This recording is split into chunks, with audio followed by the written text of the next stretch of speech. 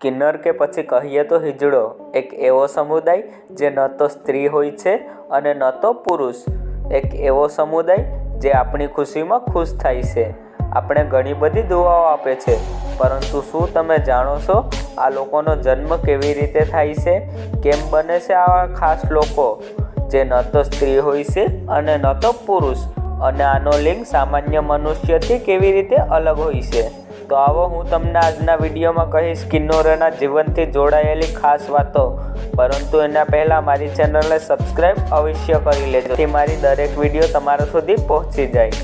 Medical science માને છે કે એક મહિલા જ્યારે ગર્ભવતી હોય છે ત્યારે 3 મહિના બાદ શિશુના અંગનો વિકાસ થવા લાગે છે, પરંતુ તે દરમિયાન મહિલા બીમાર પડે કે પછી કોઈ પ્રકારની દવા ગ્રહણ કરે તો ગર્ભમાં હોર્મોન્સની સમસ્યાના કારણે શિશુમાં સ્ત્રી અને પુરુષ બંને પ્રકારના લિંગ થઈ જાય છે, પરંતુ બંનેમાંથી કોઈ પૂરી રીતે વિકસિત થઈ શકતા નથી અને ક્યારેક તો દુર્ઘટનાના કારણે અંગો વિકસિત નથી થઈ શકતા, જેના કારણે કિન્નર જન્મ લે છે।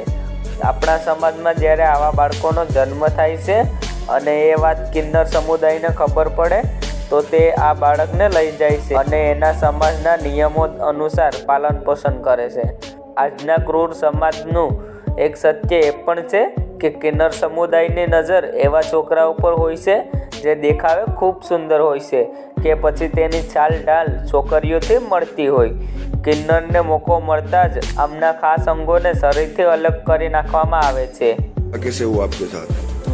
जैसे हम घर पर खाना खाते एकदम तो 40 किन्नर पहुंच गई थी। क्या किया आपके साथ? मैं अच्छा खासा लड़का आएगा था, इन्होंने मेरे को किन्नर बनाया ले जाकर, मैं तो अपना डांस प्रोग्राम में अपना पेट पाल रहा था અને એને કિન્નર બનાવી દે છે, એટલે પછી ભલે કિન્નર ન હોય તેમ છતાં તેને કિન્નર સમાજમાં સામેલ થવું પડે। જોકે આવા કેસ ખૂબ ઓછા જોવા મળ્યા છે। કિન્નરોની દુનિયાનું એક સત્ય એ પણ છે કે એની દુનિયામાં ખુશ રહે છે, પરંતુ તેના દુઃખના સમયમાં કોઈ એનો સાથ નથી આપતું। આજે કિન્નર તેના હક માટે સમાજમાં લડી રહ્યા છે। આજ કિન્નરોને એનો હક તો મળે છે, પરંતુ ક્યાંક ને ક્યાંક આપણો સમાજ કિન્નરોની સાથે રાખવામાં કતરાય છે।